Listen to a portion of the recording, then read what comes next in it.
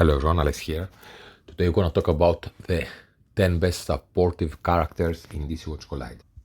Number 1 we have Mr. Terrific. Mr. Terrific has a great team synergy that makes him a great support. Otherwise, if he's not rank 10, he's not that great. You can still get some value out of him, especially if your rest of your roster is at a similar level, but at rank 10 he really gets great, because it's at the last line that for every type of debuff is completely cleansed, Mr. Terrific's entire team is healed for 20% of their missing health. This also happens when Superman DCU cleanses debuffs from himself every turn. Mr.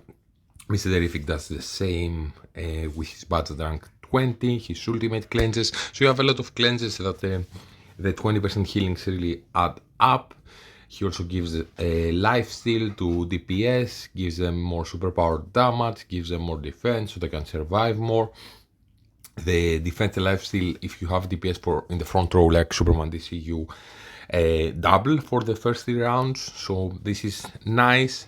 So, and you have some other things in his kit, besides like the cleanse, he actually throws all the debuffs or a lot of them back to the opponent, so he fills them with debuffs. He can also work with Sinestro because of that. All his attacks apply dampen for 2 turns if you have him at rank 10. So you have more superpower damage for other characters that they can deal. His basic hits targets with the highest percentage HP. You don't necessarily want that, but okay, you spread the damage apart, then you can have like a area of effect ultimate superpower that can kill everyone.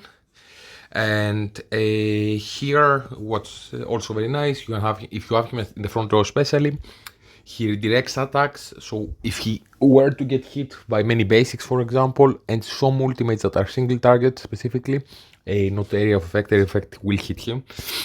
But sometimes if it's the only person alive in the front row, he still redirects in the back row. It's a little bit weird how it plays out, but with this mechanic he can spread the damage onto his team, and he has a healing.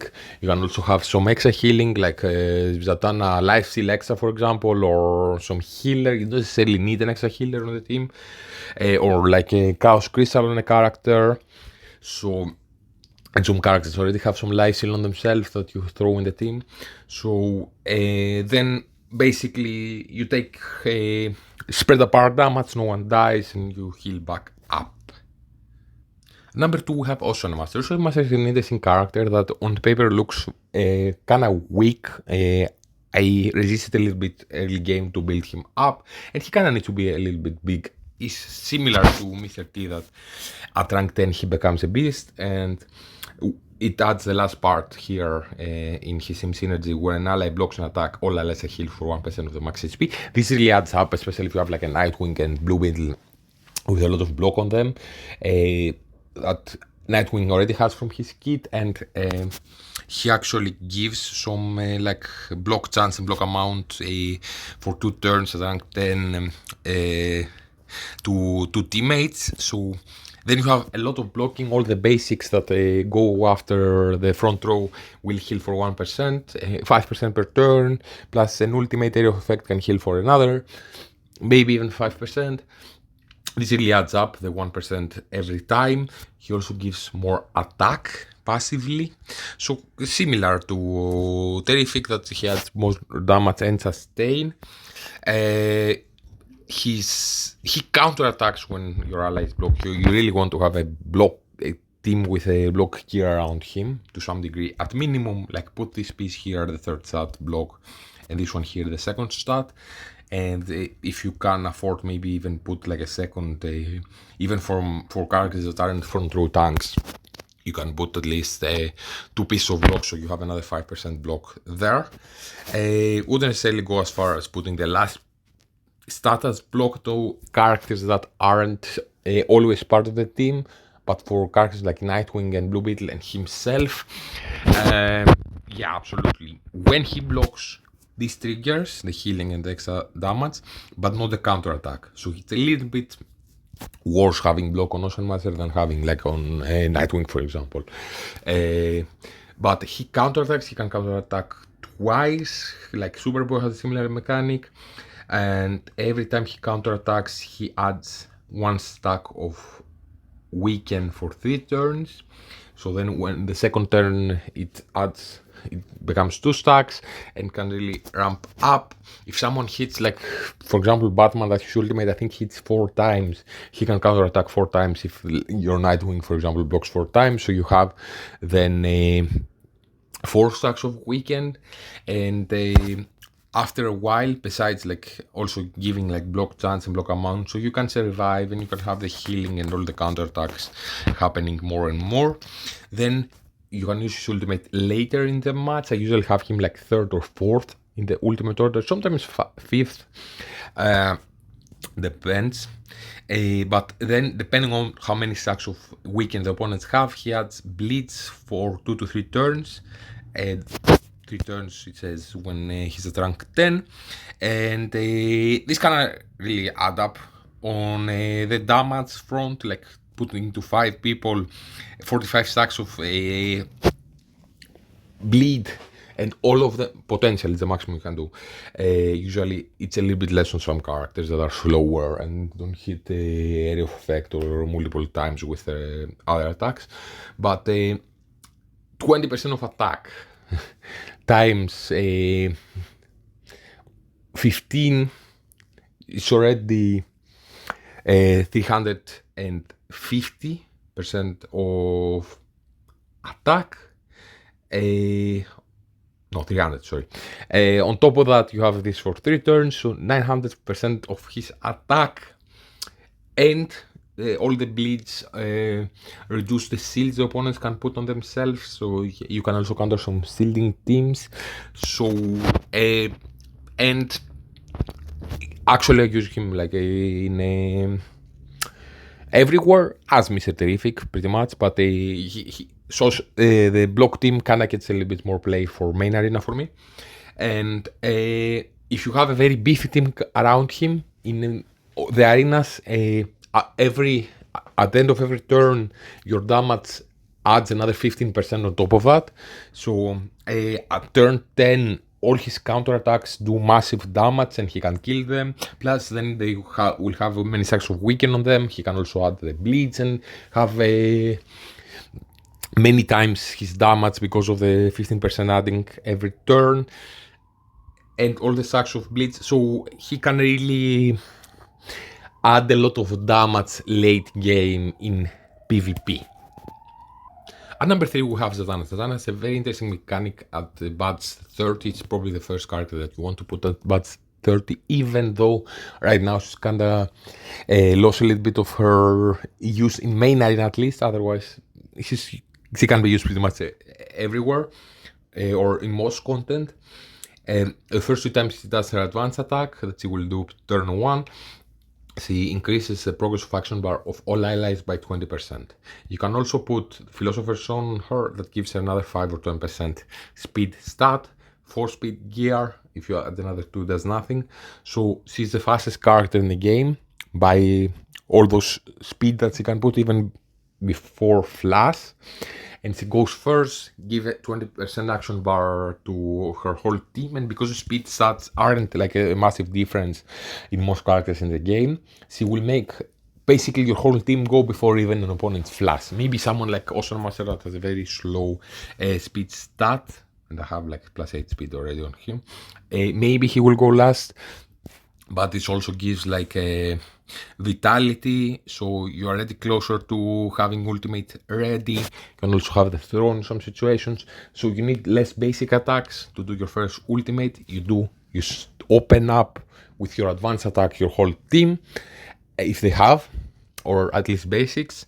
Then with the first ultimate that you can have lash on someone. If it's a Wonder Woman, you can also put a lot of stuns. Lasso at rank 5 adds a lot of silence, so there probably needs to be on a character that hits an area of effect, not many different characters multiple times. So more like Wonder Woman and Constantine rather than Superboy or Batman or Hal, but this can really be like a reason you can win just because you go first. Or Ivy's awesome, like nuking the opponent's back row with Lash on her. She also puts 2 silence on 2 out of 3. Awesome mechanic that keeps her relevant even outside of being used with Wonder Woman and makes her very strong. Also, she adds a lifesteal to her team so they can survive more. She gives them a lot of frantic. That person of frantic, it adds lifesteal, but also frantics increases the chance of crit. So, for example, she's being used in the first league challenge with Guy. Now kinda people are moving away from that and using Mr. Terrific if they can. More teams can be built without having to have tanks in them. And this is probably better, but she can give a 5 stacks of frantic on Guy. You can bring Guy's crit chance close to 50%, especially with his artifact that can give another 5 or 10%. Then you pretty much have a guaranteed crit. Crit on the base of it is already 50% more damage. But if you also have crit damage on, and many DPS have that on their buds, and you have their buds at 25, let's say, then you can put another like 32%, 30.3, I think, and 18 point something with buds at 15. So that on top, so you go like 80% more damage or 70. That's a lot to do consistently, and the drain that she gives some more damage to many characters that don't have a massive crit chance. She really ramps up the chance for her whole team to crit.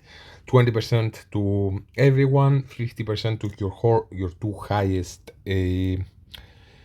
attack stats. So you kind of don't want to have attack on her as gear, so, or attack bonus. Here I have crit and HP bonus. So you lie, or here have crit. So you lie a bit more. If you want to add more damage from her, you kind of have crit as a stat rather than attack, so she doesn't get the frantic stacks for herself. She gives them to 2 other DPS that are doing more damage, and here is the second, like she gives the second highest attack power stacks of frantic, so that's a great. She also removes a buffs, both with her ultimate spells 2 types of buffs, and with her basic every time she does it, it spells 2 types of buffs from one target. Here it hits a row, prioritizes the front row, so it usually hits 2 people, but if it's dead then it hits the back row, that's 3 people.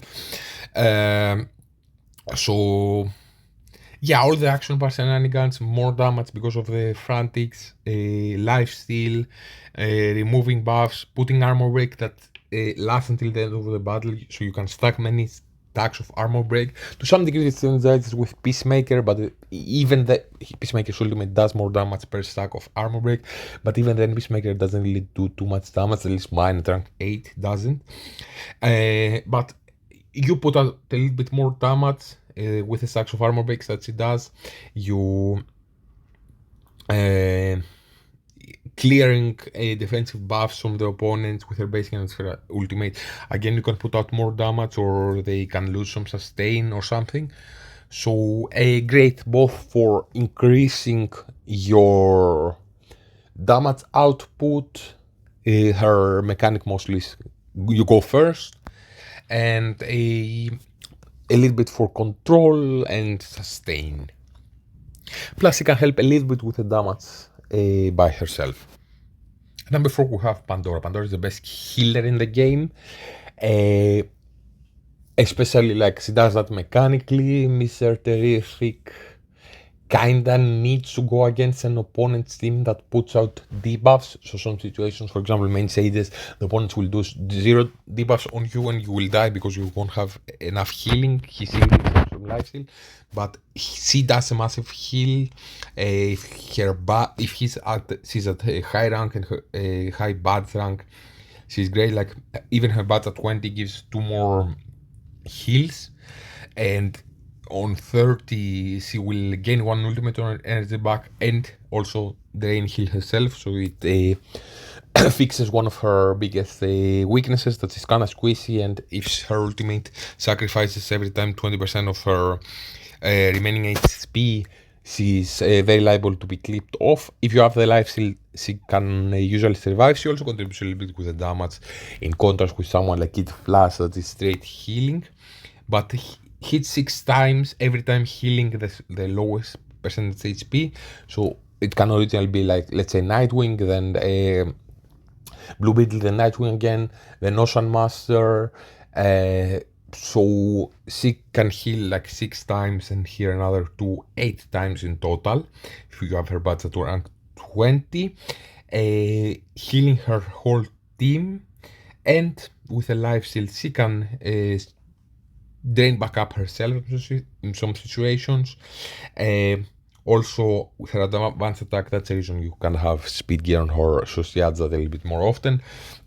Is putting out a big shield to your lower proportion HP. This can be to herself, so she can even, if you don't have her budget 30, she can sacrifice her HP but stay alive, keep putting shields on herself, and a little bit with the healing like from other characters like a Constantine's Recuperate or Ocean Master Sim Synergy, or like a Zatanna lifesteal can kind of do the same, especially if she has a Luthrantic on herself, can kind of feel similar like the lifesteal that she does here. And also puts a cloak that blocks incoming debuff control status, so it can stop you from getting stunned or silenced, for example. That's nice. Here she can also gain like some more attacks, so she can do more damage and heal shield crit rate. So if she heals a little bit later in the match, she can also have healed shield crit, so or heals, or a lot of them will heal for 50% more, similar than the crit mechanic. So that's the reason I can also have this artifact on her, gives another 12%. There's very few characters that can actually benefit from having this stat, and I also have like the 5% heal stat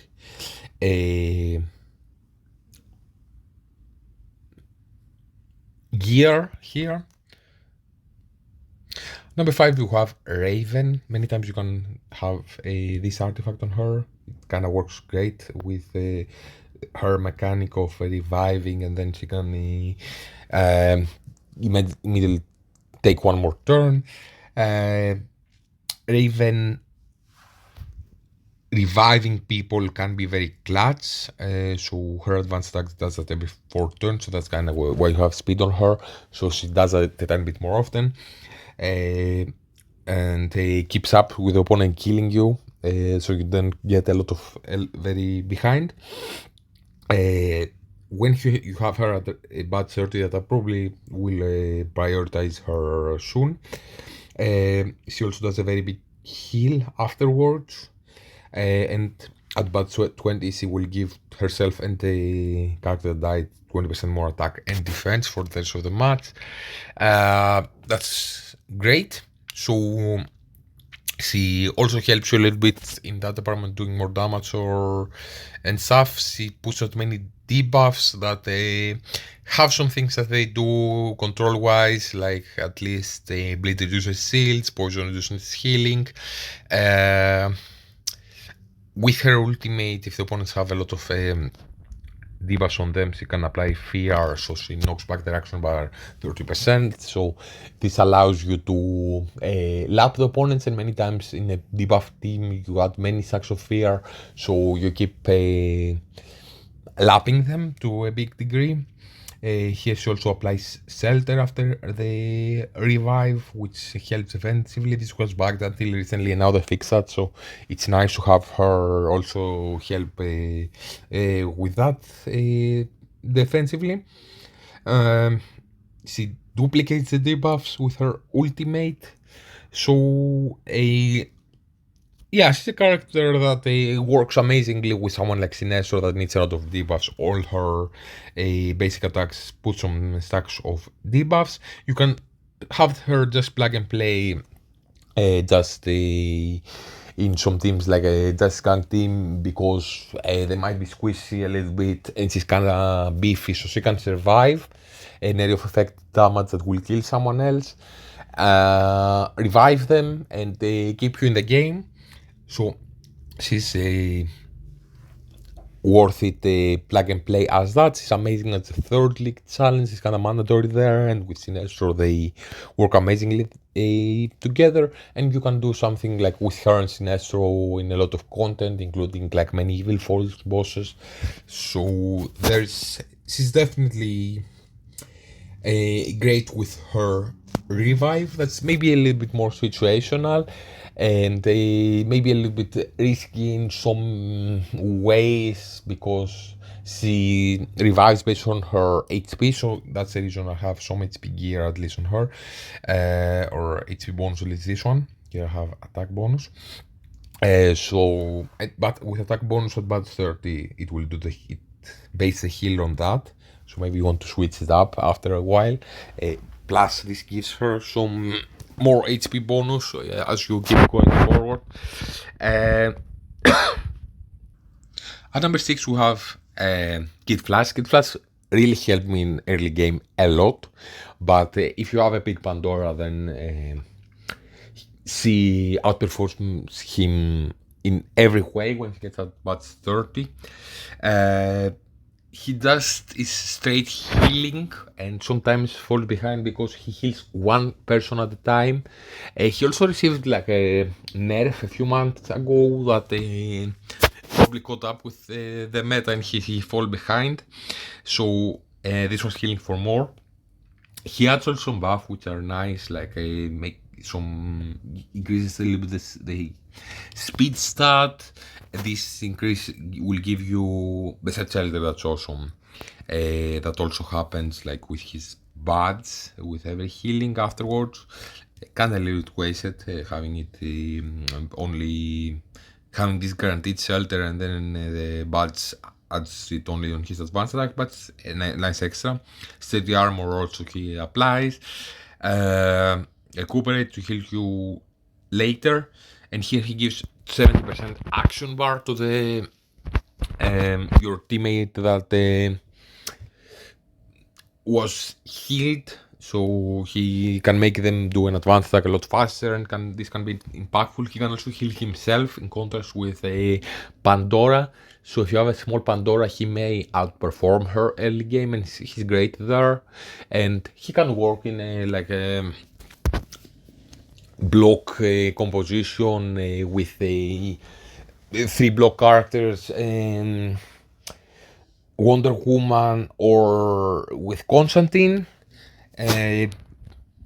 But as I said, like Pandora outperforms him. Many teams have other sources of healing, like Mr. Terrific synergy, for example. So you don't necessarily need to have a healer. He's kind of wasted just having one person that heals one person at a time. He's kind of weak against a big area of effect damage dealers because he will heal one person at a time, so you can clip the rest off. He's fast, that's why you have like 4 pieces of speed on him, and I would probably have like 2 HP, 2 attack. 2 HP is not terrible, so he can at least try to do his advanced attack many times, and sometimes his ultimate. So then he will try going fast to healing one character at a time and keep your team alive that way. He's nice, he's very helpful early game. You can even make your first team kinda around him, or he's also available early game. But now Pandora is also very available, and you can buy her fragments, I think, in a store, and select her as a favorite legendary to pull with 30%. Epic that you can pull with 30% chance. So he's still a great character. He's also in the store, but a monthly one. So you can just buy 10 fragments of him every month from the Elite Arena store.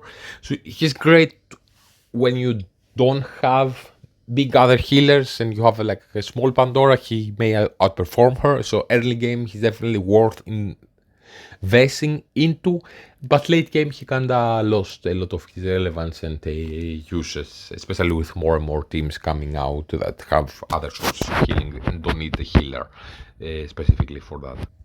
At number 7 we have Two-Face. Two-Face is also an interesting, like similar to Zatanna, sorry, because he gives more damage, like 80% damage application if he's in the back row. He's interesting because you can throw him in the front row and he gives 24% damage reduction to your second tank there. And also 15% life steal if he's in the back row, so you can have him instead of Zatanna, the second Zatanna, where you will be putting out 80%, 18% more damage, or 16 or 14, depending on how big you have him. For your other two back row characters, I think, yeah, he also adds to himself, so this is not too bad.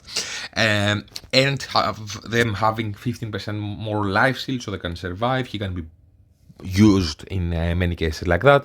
For example, like a mighty team for Convergence Crisis, or a villain team that cannot use Zatanna, so you can use him instead. He also puts out some debuffs, so he can work in a debuff team. He's not bad in that department. He also helps a little bit with the damage, but and this is interesting here that he can put a silence for 2 turns, and then it gets for 3 turns, and a slow for 2 turns. But this kind of doesn't work exactly as you would want it if you have him in the back row. So in the back row, he more often adds, I think it's like 90% of the time, but this might be anecdotal. I haven't read anywhere exactly how the chances are. But if it's in the back row, he's more likely to put out 2 sacks of bleed that can help you in a sense that because he hits also the lowest HP, so he can give like a killing blow or have the blitz do it. He can put out a debuff with that and have Sinestro ramp up a little bit, but you would much rather have him put out like a silence for 3 turns and slow for 2 turns. That's awesome, but he does that more rarely. If you are doing it in a like PvE content, you can just reset it many times until this happens. In some situations can be very helpful to put a silence for 3 turns. It can be a nice way of supporting the team, adding a strong debuff like that, a controlling effect. He adds some bleeds with his basic, again can feed in some situations like removing reducing shields can help a little bit with like a Sinestro. If he's in the front row when he does his ultimate, it can apply a stun for 2 turns, so this can help controlling wise. And he can also be used against like the Suicide Squad Crisis Watch, is it called? The one that you need 10,000 points. So he can be used there. He's nice for that. So yeah, he's like a worse Zatanna by way of looking at it. He doesn't like the action bar. He also contributes a little bit with the damage and makes your team do more damage. If you want to, for example, like have your first ultimate more likely to kill the opponents, Two-Face can help with that, and you can pair them up, like have both Zatanna, so you go first and you have a Frantic, and Two-Face, so you also have the 18% damage application, and you can put like on top of that like a Penguin as a tank, another 10% when he has his umbrella up, another 10% attack, and you can add like either Robin back row team synergy, which will add another 20% damage for the back row damage, or a Red Hood for another 20%, crit chance and crit damage to everyone, or like someone like the other two characters that I said that are like Mr. Terrific 50% superpower, or the extra attack stat that the Ocean Masters team synergy gives when your team blocks doesn't really work so well to do the damage at the start of the match, the first ultimate, but you can ramp up the damage still for your first turns by a lot. There's too many then supportive characters in there, but you can have just one big one big damage dealer like Wonder Woman or Constantine that do a massive area of effect and can benefit from being around characters like that. So Two-Face definitely has uses in the game, but he's lower in the priority list to build. At number 8, we are switching it up. We're gonna put a tank as the support. So Peacemaker does a lot of supportive stuff that are awesome. Like if you kill people, he heals you for 10% of HP. He gives one shelter every turn. So that's awesome. Reduce the damage taken. He adds fragile when you have a eagle doing attacks. So fragile increases physical damage by 10% the same way Dampen does for superpower. So he can help you with that, putting out more damage. He adds some armor break, so he can help a little bit with that. So and yeah, just here you have a little bit more damage, not really important, but he's an important character support wise, even though it has the tank tag, because it's not the tankiest tank. It's nice as a second tank, and this helps him survive a little bit, the extra physical and crit damage reduction, but you will get a lot of benefit using him like a support in the back row. Many evil falls, he can be used as plug and play in many teams. So with the shelter keeping you alive, I needed to include him. And with the healing adding up, because you don't have really many characters adding healing, so he's another option for that. Even the second tank in some situation, usually in this game, do some supportive stuff, but Peacemaker can work just as a back row character, being an extra support, making you do more physical damage, a little bit ignoring the armor that the defense the opponent have. Keeping you alive with a shelter and with a healing. Yeah. And following this train of thought, at number 9 we'll have Aquaman. Aquaman is again like a tank that works as a support, and you can use him in the back row very easily. So he gives you some strong attack if you are high in HP, so you can put out more damage. If you're lower on HP, he heals you for 15% max HP. That's very, very nice. This is a little bit more niche, but if you sacrifice HP, you heal by some of it back. So some characters like Pandora, like Mera, like Constantine, to a smaller degree because he's not usually used, Dr. Fate. So I'm not sure like if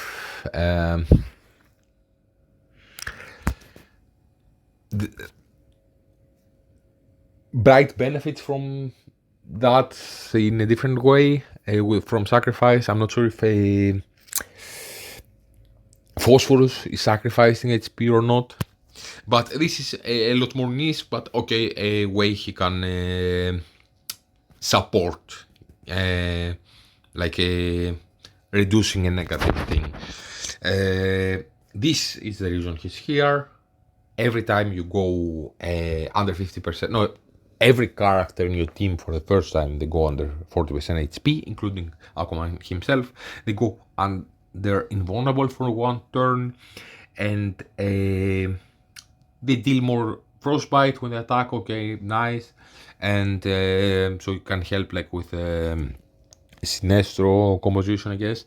And at rank 9, also cleanses them from debuffs. So that's very strong, and would classify it more as support rather than a tank, because he helps your team stay alive. Also a little bit of damage, like Frostbite does a little bit of damage, strong attack can help you a little bit with that. He heals you. He can add here, this can be very nice. Exhaustion for once reduces the damage opponents do to you, but it prioritizes the front row. In some situation, if you use him, if you kill the front row and you can put in the back row on the opponent, it is awesome and very, very impactful. And also when he's at rank 10, he will add 1 stack of shelter with his ultimate for both allies in the front row and to himself, so he can be in the back row, get 1 stack of shelter, and add 1 stack of shelter for each tank in the front row. So that's why he's kinda great considered as a tank. This also will add you a strong attack and recuperate, and he can add like a more School of Fish, getting under invulnerable at the start of the match if he's at about 30 and he's in the front row. So yeah, he's definitely a character that is worth mentioning as a support, because he can work great in that role. At number 10 we have Dr. Poison, but afterwards we're gonna have some honorable mentions. So Dr. Poison is kinda, you see I have the Kid Flash gear on her temporarily for this season at least. She's not that great, she's kinda meh. She adds some poison, so she reduces the healing the opponents do. Can help your poison team do more damage because they deal some damage based on poison, especially Ivy's ultimate. That can be very nice. Heals a little bit your team based on poison damage the opponents take. Poison deals 20% extra damage or 30, that's okay. So you can have a poison team benefit from having her there. She also adds some more stacks of poison, as I said, that can synergize with in other ways with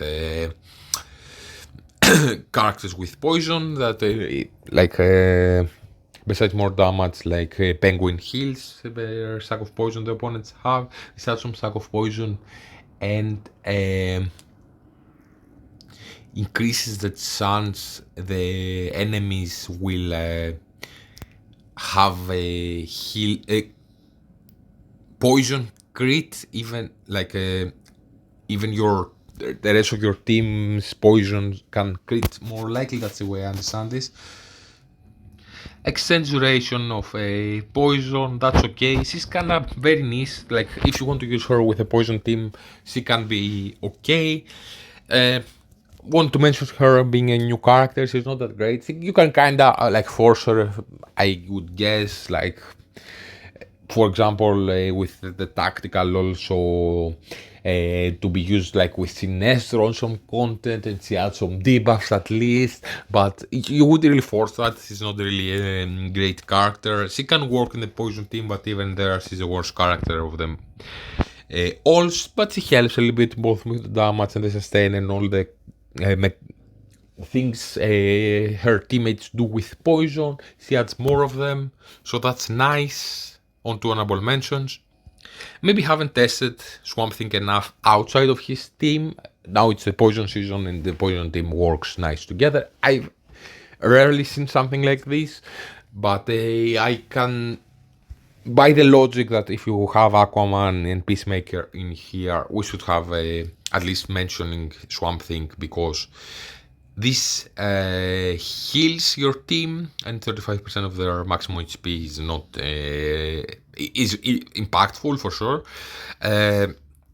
He gives your team 30 armor. He heals them again, and healing all allies for 25% HP can be nice, but it's every 3 turns. he adds some more poison that reduces the healing from the opponents. Maybe we can test him outside of his team. I know some people were using him in a block composition and was strong even in main arena, not in my server. Like a teammate shared an experience that a team with him in the back row as a support was kinda difficult to beat. So I thought, okay, since we're talking about poison characters and tanks that heal you and that support, he at least deserves a mention. By the same logic, Lex can be a character that is a tank that works as support. Haven't seen him too much in the back row. He's kind of annoying with his ultimate going more and more cost every time, but his ultimate shielding everyone is can help you survive, of course. He has a team synergy that's very easy to activate early game. Kind of counter sacrifice, so in some situations, especially main sages, where characters do sacrifice, like Phantom Sage is a character that you find a lot in nodes like that, or Pandora, Constantine, so you can take some advantage of his team synergy, adding more shields.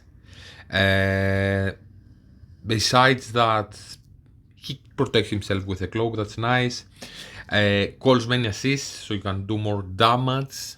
And he gives them strong attack, so a supportive move for sure. Again, calls assists.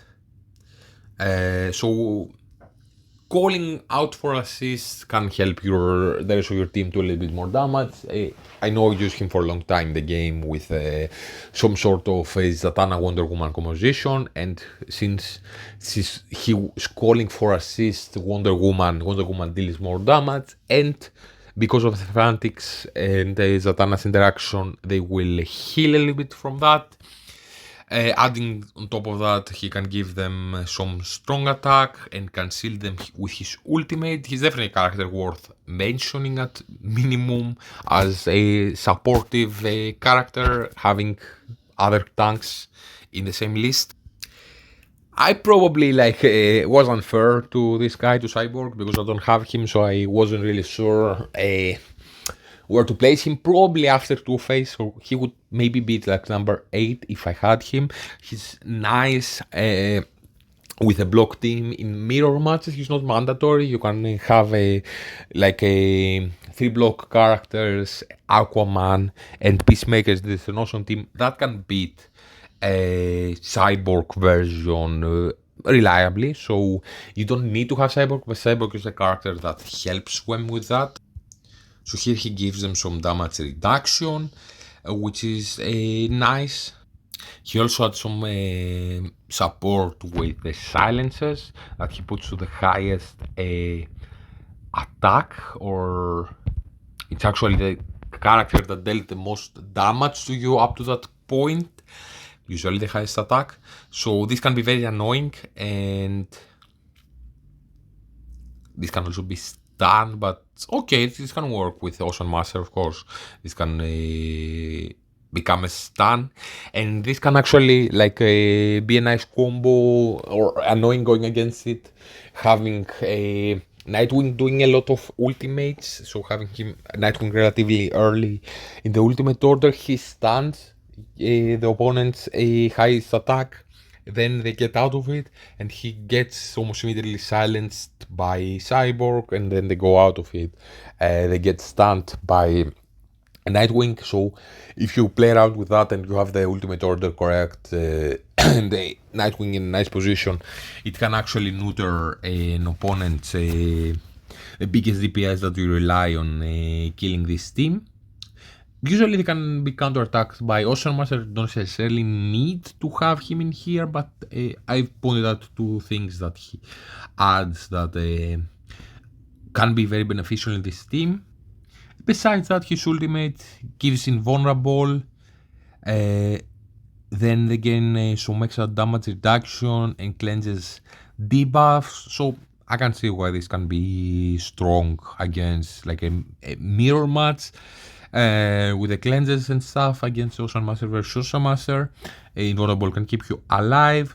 So Yeah, he's definitely an interesting character that I think only has one home and only use would be in the game uh, block mirror match where he's not needed. You can just replace him by like a Aquaman and Peacemaker, and this team can even be stronger, like the strongest mirror match block team imaginable. Like they can still lose in some situations against Poison, but not against a different block team. So I have beaten like bigger block teams with a Cyborg and Aquaman, for example. So with mine that I have instead of Cyborg Peacemaker because he gives a lot of shelter.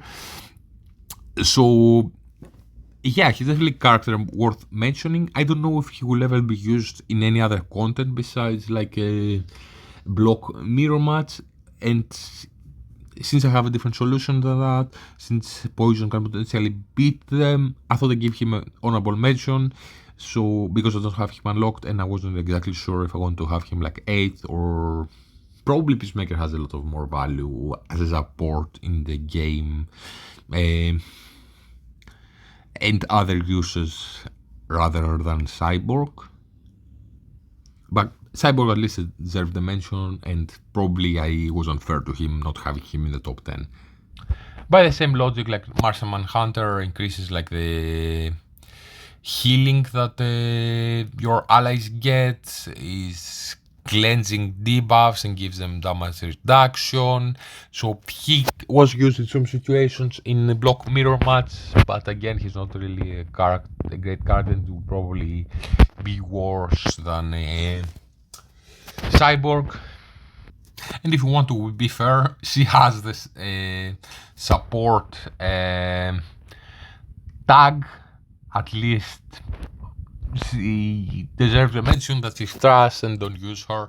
But maybe because she has a team synergy that increases frostbite damage, maybe if they eventually release a Killer Frost, this can be a thing. But yeah, she's not great, not worth. Buildings is a legendary. Save your 8 medal for other better characters.